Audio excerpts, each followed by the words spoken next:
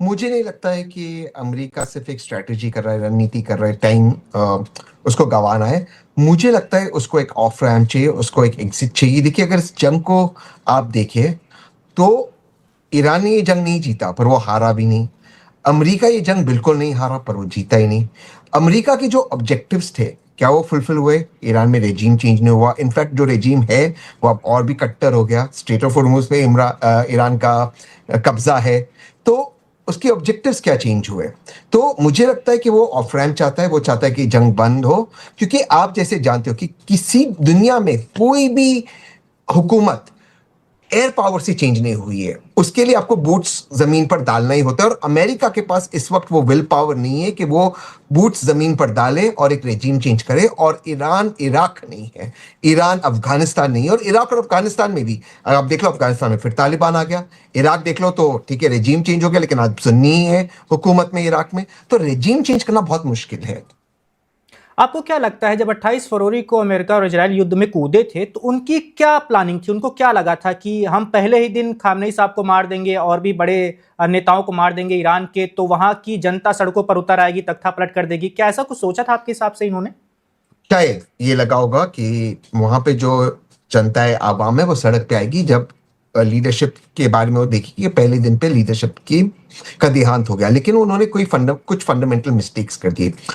एक बहुत अच्छी किताब है और बहुत अच्छे जो डिफेंस एक्सपर्ट्स है वो आपको बताते हैं कि एयर पावर से, एयर फोर्स से अगर आप सिर्फ बम्बार्डिंग करो, तब जो आवाम है वो फ्लैग के साथ वो जुड़ जाती है और वो हुकूमत के साथ जुड़ जाती है। वो सोचती है जो भी उनके डिफरेंसेस है हुकूमत के साथ, इस वक्त उनको देश के साथ खड़ा रहना चाहिए। एक दूसरा, ईरान एक बहुत पुराना सिविलाइजेशन है। वो सिविलाइजेशन को खत्म करना इतना आसान नहीं। ईरान में रेजीम चेंजेस हुए, लेकिन जब भी रेजीम चेंज हुए वो आवाम ने किया है, एक्सटर्नल प्रेशर्स की वजह से रेजीम चेंज नहीं हुई। तीसरी और सबसे महत्वपूर्ण बात, मुझे लगता है कि कहीं ना कहीं अमेरिका और इसराइल ने ये मिसरेट किया किस हद तक ईरान की रिटेलिएटरी कैपेसिटी है। और जो ईरान ने रिटेलिएट किया अरब मुल्कों के खिलाफ, जहां पे अमेरिकन बेसिस है, उनके बैटरीज को लगातार मारा, मुझे लगता है उससे अमेरिका काफी वो इस तरह का रिटेलिएशन एक्सपेक्ट नहीं करता, खास करके पहले दिन के सक्सेस के बाद। तो कहीं ना कहीं America was looking for an off ramp. आपको क्या लगता है इतिहास की किताबों में जब इस युद्ध के बारे में पढ़ाया जाएगा बच्चों को, तो किस तरह पढ़ाया जाएगा? क्या ये बहुत निर्णायक जंग थी खासकर मिडिल ईस्ट के लिए? अब अमेरिका और जो मध्य पूर्व के देश हैं, खाड़ी के देश हैं, जैसे सऊदी अरब हो गए, यूएई हो गए, कतर, कुवैत, बहरीन, क्या इन लोगों का भरोसा अब अमेरिका से थोड़ा डगमगाएगा कि जो उनको भरोसा था कि इनके बेस यहां पर हैं, मतलब हमारी सुरक्षा तय है? हाँ, थोड़ा सा ये लगेगा मिडिल ईस्टर्न कंट्रीज में कि जिस कारण उन्होंने अमेरिका के साथ एक पैक्ट किया, एक एक एक ट्रीटी में आए, वो लोग अमेरिका के साथ खड़े रहे थे। क्योंकि ये जंग सिर्फ अमेरिका और इसराइल नहीं, अरब कंट्रीज वर्सेस ईरान भी था। तो अमेरिका इसराइल वर्सेस ईरान नहीं था, अमेरिका इसराइल और अरब नेशंस वर्सेस ईरान था। तो कहीं ना कहीं उनको लगा होगा कि जो डिफेंस की गारंटी अमेरिका ने दिया, वो शायद वो उस हद तक वो फुलफिल नहीं कर पाया। दूसरी चीज, ये बात भी सही है कि सऊदी चाहता था कि रेजीम चेंज हो, उन्होंने अमेरिका को एनकरेज किया। लेकिन एक चीज मुझे लगता है कि उस ज्योग्राफी में समझ में आई है कि जमीन पर जो आवाम है वो नहीं चाहती है कि फॉरेन इंटरफेरेंस हो, चाहे हुकूमत कुछ भी चाहे, चाहे वो ईरान की हुकूमत हो, चाहे फिर वो अरब मुल्कों की हुकूमत हो। आवाम जो है बाय एंड लार्ज वो चाहती थी कि जंग ना हो। और तीसरी चीज कि किसी भी सिविलाइजेशनल मुल्क को खत्म करना, वहां पे बदलाव करना इतना आसान नहीं होगा। तो मुझे लगता है ये जो अरब मुल्क है ये बात समझे और वो जाने कि पीस करना और शांति से रहना उस रीजन में, ये सबसे महत्वपूर्ण रास्ता है। आपको अमेरिका और इजरायल के रिश्तों में भी थोड़ा बदलाव देखने को मिल सकता है? आपका क्या मानना है इस युद्ध के बाद? क्योंकि अभी तक माना जा रहा था कि अमेरिका एक तरीके से इजरायल पर इतना ज्यादा भरोसा करता है या उसको इतना ज्यादा मानता है कि उसके लिए युद्ध लड़ने आ गया वो। आपके हिसाब से रिश्तों का ये जो तार था थोड़ा कमजोर हुआ होगा अभी? क्योंकि नेतन्याहू ने भड़काया था, ऐसी बहुत सारी रिपोर्ट्स आई हैं व्हाइट हाउस में जाकर लोगों को कि आप नहीं, यही सही मौका है, लड़ लीजिए लड़ लीजिए। लेकिन और ये भी रिपोर्टें आई है कि नेतन्याहू ने पहले भी किया था, राष्ट्रपति ओबामा के साथ उसने कोशिश की थी, उसने राष्ट्रपति बाइडेन के साथ ही कोशिश की थी। सवाल ये है कि जो अमेरिका का रिपब्लिकन बेस है, अमेरिकन राष्ट्रपति का रिपब्लिकन बेस है, मैगा बेस की बात नहीं कर रहा हूं मैं, रिपब्लिकन बेस की बात करता हूं, क्योंकि एक बड़ा बेस है, वो रिपब्लिकन पार्टी से आते। उनमें से कई लोग हैं, उनके कई रिपब्लिकन राइट विंग एनालिस्ट है जैसे टकर कार्लसन, जो कह रहे थे कि जब राष्ट्रपति ट्रंप दोबारा से इलेक्ट हुए, उन्होंने कहा था कि मैं राष्ट्रपति ऑफ पीस, मैं प्रेसिडेंट ऑफ पीस रहूंगा, मैं कहीं पर भी अमेरिका को जंग में इन्वॉल्व नहीं करूंगा। और जिस तरह से मुझे लगता है, ये मेरा एनालिसिस है, इजराइल ने अमेरिका को खेला, कहीं ना कहीं अमेरिका इसमें फंस गया। मुझे समझ में नहीं आता कि अगर अगस्त 2025 में सारी न्यूक्लियर कैपेसिटी ईरान की खत्म कर देती अमेरिका ने, तो फिर दोबारा करने की जरूरत क्या थी? तो कहीं ना कहीं जो बात अमेरिका ने खुद अगस्त 2025 में कहा, उस बात को उन्होंने बदल दिया है। तो या तो वो गलत था या तो अब गलत है। और अमेरिका की जो राष्ट्रपति ट्रंप के लिए बात करते, जेडी वैंस को छोड़ते, मार्को रूबियो या बाकी जो उनके पीठ, जो उनके डिफेंस सेक्रेटरी वगैरह, जिस तरह के वो बातें सामने रखते, वो बहुत क्लियर बातें नहीं है। और अब जो सैटेलाइट इमेजेस आ रहे, क्योंकि सैटेलाइट इमेजेस डिलेड थे, पता चल रहा है किस तरह अमेरिकन बैटरीज को मारा गया है, रेडार को मारा गया है, बैटरीज यानी कि रेडार थार सिस्टम को मारा गया है। तो कहीं ना कहीं was this system so full proof? ये सारी चीजें अमेरिका को भी रिव्यू करना होगा। आपको क्या लगता है, जैसे 2025 वाली जंग का आपने जिक्र किया, 12 दिनों वाली, उस दौरान जब ट्रंप साहब का ये भाषण आया था कि हमने ईरान को 5 साल पीछे धकेल दिया है परमाणु शक्ति बनने से, उनको हमने उनके परमाणु कार्यक्रमों ठिकानों पर बमबारी कर दी है B-2 बॉम्बर से, लेकिन हम देखते हैं कि 6-7 महीनों बाद फिर से जंग के हालात आ जाते हैं और जंग शुरू भी हो जाती है। क्या ये आखिरी जंग नहीं होगी आपके हिसाब से? अभी 6-7-8-10 महीने, 1-2-3-4 साल बाद फिर से कोई युद्ध हो सकता है? बिल्कुल युद्ध हो सकता है, क्योंकि अमेरिका और इजराइल विल ऑलवेज वो चाहेंगे कि ईरान अपने मिसाइल कैपेबिलिटीज को एनहांस ना करे। वो चाहेंगे कि ईरान के पास न्यूक्लियर वेपन्स ना आए, और न्यूक्लियर वेपन्स ईरान के पास होना भी नहीं चाहिए, भारत के भी सेल्फ इंटरेस्ट में नहीं है। लेकिन अब जो वॉर है उसकी परिभाषा चेंज हो गई है, इसको गलत ना समझा जाए। अमेरिका आज भी दुनिया का सबसे सबसे शक्तिशाली मुल्क है। उसके पास जो हथियार है, जो टेक्नोलॉजी है, वो अनमैच्ड है। दुनिया में कोई देश पास नहीं आता उसके, जिस तरह की टेक्नोलॉजी इसके पास है। लेकिन उस टेक्नोलॉजी का इस्तेमाल करना महंगा होता है। अगर आप एक $1,000, $2,000, $5,000 के ड्रोन को मारने के लिए $2-3 मिलियन के मिसाइल का इस्तेमाल करते, चाहे उसमें कितना भी अच्छा ट्रैकिंग सिस्टम हो, वो महंगा पड़ेगा। ये अब जो है दुनिया शिफ्ट हो चुकी है असिमेट्रिकल वॉर में। और दो मुल्कों ने बताया, एक ईरान, दूसरा यूक्रेन, दोनों मुल्कों ने बताया असिमेट्रिकल वॉरफेयर में किस तरह से आप दुश्मन को रोक सकते हैं, किस तरह से दुश्मन के ऑब्जेक्टिव्स को रोक सकते हैं।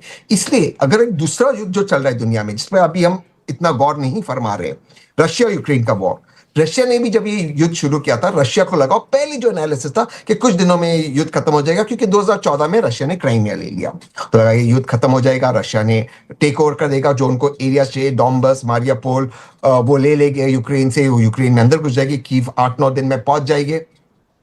लेकिन आज 3 साल हो गए इस युद्ध को, युद्ध अब तक नहीं थमा है, 3 साल से अधिक हो गए। रशिया आगे बढ़ नहीं सकता है, यूक्रेन ऑफ कोर्स नहीं जीतेगा, पर रशिया आगे बढ़ नहीं सकता है। इनफैक्ट कई जगहों पर उसको पीछे आना पड़ा है, जिन टेरिटरीज को उसने यूक्रेन के लिया है। तो asymmetrical warfare is the future of warfare. किसी भी ग्रुप के पास ड्रोन्स आ गए, हथियार आ गए, मिसाइल्स आ गए, मिसाइल्स उन्होंने पाइप से बना दिए, वो आपके बिलियंस ऑफ डॉलर्स की टेक्नोलॉजी को नष्ट कर सकते हैं। जैसे मैंने कहा, अमेरिकन बैटरीज को मारा गया, अमेरिकन रेडार्स को मारा गया है। तो आपके पास हो गए बिलियंस ऑफ डॉलर्स की टेक्नोलॉजी, पर सामने वाला आपको $2-3 हजार के ड्रोन से मार रहे हैं, आप कितना उसको डिफेंड करेंगे? ये दिक्कत आएगी और फ्यूचर वॉरफेयर ऐसे हो जाएगा। बिल्कुल, भारत से जुड़े हुए सवालों पर आते हैं। भारत में एक बहुत बड़ा धड़ा है, खासकर कांग्रेस पार्टी से जुड़े हुए उनके समर्थक। वो कह रहे हैं कि इस्लामाबाद में अभी जो वार्ता हो रही है, ये नई दिल्ली में होनी चाहिए थी, लेकिन हम फेल हो गए, हमारी विदेश नीति कामयाब नहीं हो पाई। आपका क्या मानना है? मुझे नहीं लगता हमारी फॉरेन पॉलिसी फेल हो गई। ये मुझे लगता है कि हम इसको ज्यादा एनालाइज कर रहे हैं। ये भारत का जंग नहीं था। भारत के सारे स्ट्रेटेजिक पार्टनर्स है, अरब मुल्क भी भारत का स्ट्रेटेजिक पार्टनर है, ईरान भी भारत का स्ट्रेटेजिक पार्टनर है, इजराइल भी हमारा डिफेंस और स्ट्रेटेजिक पार्टनर, अमेरिका हमारा स्ट्रेटेजिक पार्टनर है, साथ में लेकिन तहसीन भाई, हम मध्यस्थता रशिया। तो करवा सकते थे ना? नहीं, मुझे नहीं लगता। हमें क्यों करना है, हमें क्यों उसमें पढ़ना है? हम चाहते हैं कि पीस हो, शांति हो। लेकिन इसके साथ भी जो बीजेपी के समर्थक है, जो खुश होते हैं अगर ये पीस ना हो और पाकिस्तान फील हो जाए, वो मुझे लगता है वो भी हमारे इंटरेस्ट में नहीं है। हमें बीच का स्टैंड लेना चाहिए। पीस हो, अच्छी बात हो। अगर पाकिस्तान में अमेरिका और ईरान बातचीत करते तो अच्छी बात है, हमें उससे कोई मतलब नहीं। हमें मतलब है कि स्ट्रेट ऑफ हॉर्मुज खुला हो, हमारा नेचुरल गैस आए, हमारा क्रूड ऑयल आए, हमारे स्ट्रेटेजिक इंटरेस्ट बरकरार रहे। ईरान से क्रूड आएगा तो कहाँ आएगा जब उस पे सैंक्शंस हटेंगे? सबसे पहले तो भारत में आएगा, और कौन रिफाइन करेगा? भारत और चाइना करेंगे। तो हमें दिक्कत क्या है? ईरान भी ठीक रहे, अरब मुल्क भी ठीक रहे, 1 करोड़ हमारे भारतीय इस मुल्क में, इस जंग में, सॉरी, इस जंग में। लेकिन एक फंडामेंटल चेंज हुआ है, भारत ने साइड लिया है इस जंग में, और वो साइड है अरब मुल्कों का along with Israel and America. There is no doubt हमने साइड लिया है, और उसमें कोई गलत बात नहीं, हमारे वहां स्ट्रेटेजिक इंटरेस्ट है, हमने लिया। लेकिन हमने स्ट्रेटेजिक पार्टनरशिप ईरान के साथ बरकरार रखी, हमने एक रिलेशनशिप बरकरार रखा, और हम उनसे तेल खरीदेंगे। हम उनसे तेल दिरहम में खरीद रहे, जो चाइनीज युआन में उसकी तब्दीली हो रही है। वी शुड अटेम्प्ट कि ये इंडियन रुपीज में हो, ये हमें अब अटेम्प्ट करना चाहिए। यहां पर हमारा सक्सेस होगा, चाइनीज युआन में नहीं होगा। तहसीन भाई, एक बात और कही जा रही है, मैं पीएम मोदी का एक्स अकाउंट देख रहा था, अभी तक, आज जब हम बात करें इस वक्त, अभी तक ईरान के सर्वोच्च नेता अयतुल्लाह अली खामनेई की मौत पर एक भी पोस्ट पीएम मोदी के द्वारा नहीं की गई। हमें याद है 2015 में जब उनकी तेहरान वाली यात्रा हुई थी तो उनकी बाकायदा मुलाकात हुई थी सुप्रीम लीडर से। आपको क्या लगता है, औपचारिकता तो निभा ही लेनी चाहिए थी ना?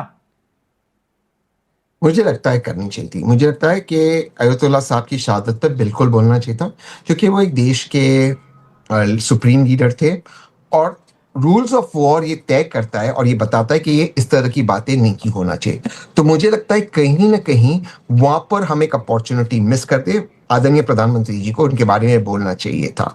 But at the same time I am happy कि जब इरानियन शिप ने भारत से रेफ्यूज मांगा, हमने उनको रेफ्यूज दिया भारत के अंदर, और हमने उनके सेलर्स को प्रोटेक्ट किए। तो हमने वहां पर स्पाइन दिखाया, but we should have spoken about Ayatollah साहब। वो गलत था, उनको जिस तरह से मारा गया बिल्कुल गलत था, रमजान के महीने में मारा गया, it is wrong and we should have spoken about it, no doubt about it. Prime minister should have spoken. ये बात में थोड़ा सा डिफरेंस हो जाए कि भारत ने उसको कंडोल किया था, विक्रम मिस्री गए थे जब इरानियन एम्बेसी खुले, और उस पर उन्होंने लिखा था condolences, but prime minister should have spoken, no doubt about it.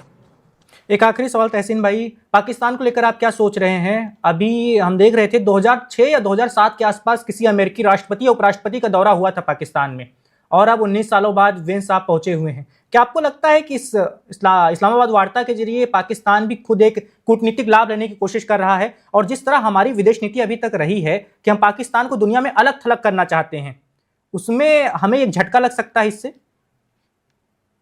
मैं फिर से कहता हूं, हमें इसे फर्क नहीं पड़ना चाहिए अगर ईरान में बैठ के अमेरिका और सॉरी पाकिस्तान में बैठ के अमेरिका और ईरान बात करते। ईरान और कहाँ जाएगा? टर्की तो जा नहीं सकता, वो नेटो का एलाई है। कतार जा नहीं सकता, वहां यूएस बेसिस है। इजिप्ट जा नहीं सकता, बाजू में इसराइल है। तो जाएगा का? उसको बात करने के लिए उसको पाकिस्तान ही आना होगा। सेकंड, पाकिस्तान से मैं पाकिस्तान को पसंद नहीं करता, लेकिन पाकिस्तान की एक दो चीजें ठीक है, उनकी एक प्रोफेशनल आर्मी है, और वो प्रोफेशनल आर्मी एक न्यूक्लियर पावर आर्मी है। तो Iran will feel secure there. America वहां आ सकता है, आसिम मुनीर का और का एक वर्किंग रिलेशनशिप है, जो अमेरिकन ट्रम्प के सन इन लॉ के साथ, और वो क्रिप्टो बॉयज के साथ। तो ये चीजें हैं, और कहाँ बातचीत करेंगे? तो in that sense it's fine वो वहां पर बात कर रहे, इट्स फाइन अगर पाकिस्तान उसमें एक रोल प्ले कर रहे हैं। That is not my concern. मेरा कंसर्न है, मेरे पास 140 करोड़ की आबादी है, मुझे इनकी एनर्जी सिक्योर करना है, मुझे देखना है मेरे 1 करोड़ लोग अरब मुल्कों में, उनको कोई तकलीफ ना हो, उनका रेमिटांसेस आए, और मेरी खरीफ सीजन है जून जुलाई में, उसके लिए मुझे नेचुरल गैस चाहिए फर्टिलाइजर्स के लिए। वो मेरा ऑब्जेक्टिव है। मुझे पाकिस्तान से ना ही ईर्ष्या होनी चाहिए, ना ही जलन होनी चाहिए, ना उसके सक्सेस के लिए मुझे खुश होना चाहिए। पाकिस्तान में आज भी मेंटेन करता हूं जो आज से 2 साल पहले मेंटेन करता, Pakistan should be irrelevant. Unfortunately क्या हो गया है वैभव भाई, कि हमारा जो पेट्रियोटिज्म है दोनों साइड, मेरा वाला साइड जो एंटी बीजेपी और बीजेपी वाला साइड, वो हम डिफाइन करते हैं पाकिस्तान के साथ। Pakistan is irrelevant to us, हमारा self interest should be important. That is what I feel. हाँ, लेकिन पाकिस्तान के साथ एक हमारा टॉकिंग रिलेशनशिप होना इसलिए जरूरी है क्योंकि वो एक न्यूक्लियर कंट्री है, उसके पास मिसाइल्स है, वो मिसाइल्स हमारी तरफ पॉइंटेड है, और हम एक न्यूक्लियर कंट्री जिसकी मिसाइल्स पाकिस्तान की तरफ पॉइंटेड है। तो we must have a hotline with Pakistan. Beyond that Pakistan क्या करता है is not our concern at all. एक आखिरी सवाल, मुझे पता है इससे पहले वाले सवाल पर भी मैंने आखिरी बोला था, चीन और रूस अभी क्या सोच रहे होंगे आपके हिसाब से? क्या इस अमेरिका युद्ध में उलझा, इतनी लंबी 30-35 दिनों तक जंग लड़ी उसने, उसके हथियार खपत हुई इतनी ज्यादा, उसकी थू हुई इतना ज्यादा, इससे पुतिन और शी जिनपिंग साहब खुश होंगे? उससे क्या फर्क पड़ता है ट्रंप को? बट प्रॉब्लम यह है कि दे वुड बी वरिड अगर इस निगोशिएशन में ईरान ने ज्यादा गिव अवे कर दिया, और America somehow gets control over Iranian oil, तो वेनेजुएलन ऑयल, इरानियन ऑयल, ये दोनों तेल पे अगर अमेरिका का कंट्रोल होगा तो जनरली दुनिया के 60-65% एनर्जी को कंट्रोल करेगा। तो चाइना को उससे दिक्कत हो सकती है, रशिया तो ठीक है बट चाइना को उसको दिक्कत हो सकती है। चाइना फिर डिपेंडेंट हो जाएगा रशिया के ऊपर। सो कहीं ना कहीं जो ट्रंप चाहते हैं वो चाहते हैं कि ईरान के एनर्जी पे कहीं ना कहीं अमेरिकन कंट्रोल हो and he may look at that in a negotiation. तो वो जो नेगोशिएशन है वो उसको देखते होंगे खास करके China. But it is interesting कैसे प्ले आउट होगा। जो अमेरिका ने 15 पॉइंट रखे वो ट्रांसपेरेंट है, जो ईरान ने 10 पॉइंट रखे वो ट्रांसपेरेंट, उसमें कितने पॉइंट्स पे दोनों कंट्रीज अग्री करेंगे। मेन स्टिकिंग पॉइंट जो मुझे लगता है यूरेनियम एनरिचमेंट। अमेरिका चाहता है कि यूरेनियम डस्ट मिल जाए, ईरान और देना नहीं चाहता है। वो कहता है कि we have a legitimate right to have civilian nuclear facilities. America उसको कितना गिवन करेगा, उस यूरेनियम किसके कंट्रोल में आएगा, क्या अमेरिका उसको ले पाएगा, ये सारी चीजें। और अगर अमेरिका कहता है कि हम ईरान को रीबिल्ड करते हैं, उसके लिए एनर्जी पे उसका कंट्रोल होगा, क्या वो एक्सेप्टेबल होगा। तो there are lot of complexities. ये अब तक इतना सिंपल नेगोशिएशन मेरे हिसाब से नहीं होगा। ये जरूर होगा कि कुछ महीनों के लिए शांति होगी। इसलिए अमेरिका ने इसराइल को चुप भी करा दिया ना लेबनान में। जी, ट्रंप साहब को लेकर आपका व्यक्तिगत तौर पर क्या मानना है एक राष्ट्रपति के तौर पर? जैसे वो अलग अलग दावे करते हैं, बढ़ चढ़कर बातें करते हैं, आज कुछ और बोलते हैं, कल कुछ और बोल देते हैं। मैं एक शब्द का प्रयोग करूंगा, इट इज एक लेजिटिमेट थियोरी है। ये है एक पागल व्यक्ति थ्योरी, मैडमैन थ्योरी। ये एक लेजिटिमेट थ्योरी। ये ऐसा नहीं कि मैं कोई शब्द कह रहा हूं उनको मैं कोई अपमानित करने के लिए कह रहा हूं। पागल व्यक्ति थ्योरी ये होती है कि मैं इतना ज्यादा बोल दूं, इतना ज्यादा बोल दूं, वैभव मैं तो तुम्हारे पूरे परिवार को उठा, तो वैभव सोचेगा ये तो पागल आदमी है। और फिर उसी स्टेटमेंट में मैं उससे करूं यार वैभव एक काम करते हैं ना, चाय पे बैठते बात कर लेते हैं। अब मेरा ऑब्जेक्टिव आपके साथ चाय पीना है, बट मैंने गोल पोस्ट इतना दूर शिफ्ट कर दिया कि वैभव बोल गया यार चलो चाय पे बैठ जाते हैं और मैं अपने ऑब्जेक्टिव को पूरा कर देता हूं। ट्रंप का अगर आप हिस्ट्री देखें एज अ बिजनेसमैन, वो हमेशा इतना फार ऑफ गोल देता था कि आदमी को लगे यार ये इससे बदला ये जो सेकंड ऑप्शन दे रहा है यहां पर हम इसके अराउंड वर्कआउट करते हैं, थोड़ा रीजनेबल लगता है। तो वो अपनी बात जैसे नॉर्मल लोग हैं वो नॉर्मल बात नहीं करता है। अगर आपको मुझे कोई बातचीत करनी है, हम एक दूसरे को फोन उठाएंगे, आप कहेंगे वैभव चलिए चाय पे मिलते हैं, बातचीत करते हैं, आप कहेंगे आज नहीं कल करेंगे, अब कल चाय पे मैं 2 दिन बिजी हूं, 2-3 दिन के बाद मिलते, ठीक है। बट ट्रंप कैसे कहेगा वैभव मैं आपके घर में घुसूंगा, आपके मम्मी को परेशान करूंगा, मैं गंद मचाऊंगा आपके घर में, वरना कल हम चाय पे मिलते हैं। तो वैभव सोचेगा यार पागल आदमी के नाथ में कौन लगता है, चलो अब चाय पे कल ही मिल लेते हैं। तो उसने गोल पर शिफ्ट कर दिया, चाय पे उसको मिलना है। तो वो इस तरह की थियोरी को वो अपनाता है। जब आप इस चीज को समझ जाओगे, जब उसने वो न्यूक्लियर वेपन का थ्रेट दिया, अगर आप मेरे ट्वीट्स में जाओगे तभी मैंने कहा था कि वो कोई न्यूक्लियर वेपन इस्तेमाल नहीं करेगा, ये मैडमैन थियोरी है। वो इतना एक्सट्रीम पोजीशन लेता, हम पूरी एक सिविलाइजेशन को खत्म कर देंगे। लेकिन एक नई रेजीम है, हम उनसे बातचीत कर रहे हैं और वो सेंसिबल रेजीम है। देखो वहां पर वो अपना एक वो निकाल देता, फिर आप सोचेंगे चलो बात कर लिए, पागल व्यक्ति न्यूक्लियर बॉम्ब फेंक दिया। तो ही फॉलोज दैट थियोरी, वो उसके लिए सक्सेसफुल रही है। It has helped him in life, personally वो सक्सेसफुल हुआ है। लेकिन यहां पर मैं बात समाप्त करता हूं क्योंकि यह एक बिजनेसमैन कर रहा है। पर क्या एक देश इस तरह की बातें कर सकता है? जब एक देश इस तरह से व्यवहार करता है, आपका ट्रस्ट देश के ऊपर से टूट जाता है। राष्ट्रपति ट्रंप 2.5-3-4 साल के बाद राष्ट्रपति नहीं रहेंगे, अमेरिका रहेगा। क्या इंडिया, क्या पाकिस्तान, क्या ईरान, क्या कोई और मुल्क, क्या अरब मुल्क, क्या यूक्रेन, क्या वो अमेरिका पे भरोसा करेगा? अगर एक देश इस तरह से गोल पोस्ट शिफ्ट कर दे, मैं राष्ट्रपति ट्रंप की बात नहीं कर रहा, it may hold president Trump individually well, पर देश के लिए वो अच्छा नहीं है। देश को अपनी कमिटमेंट फुलफिल करना पड़ेगा। और आप देखिए यूक्रेन के मामले में भी, जब यूक्रेन के राष्ट्रपति आए, जिस तरह से उनको अपमानित किया उन्होंने व्हाइट हाउस में, जो पहली मीटिंग हुई, टी शर्ट पे वो प्लांटेड क्वेश्चन था उनके जर्नलिस्ट ने किया। Subscribe to One India and never miss an update. Download the One India app now.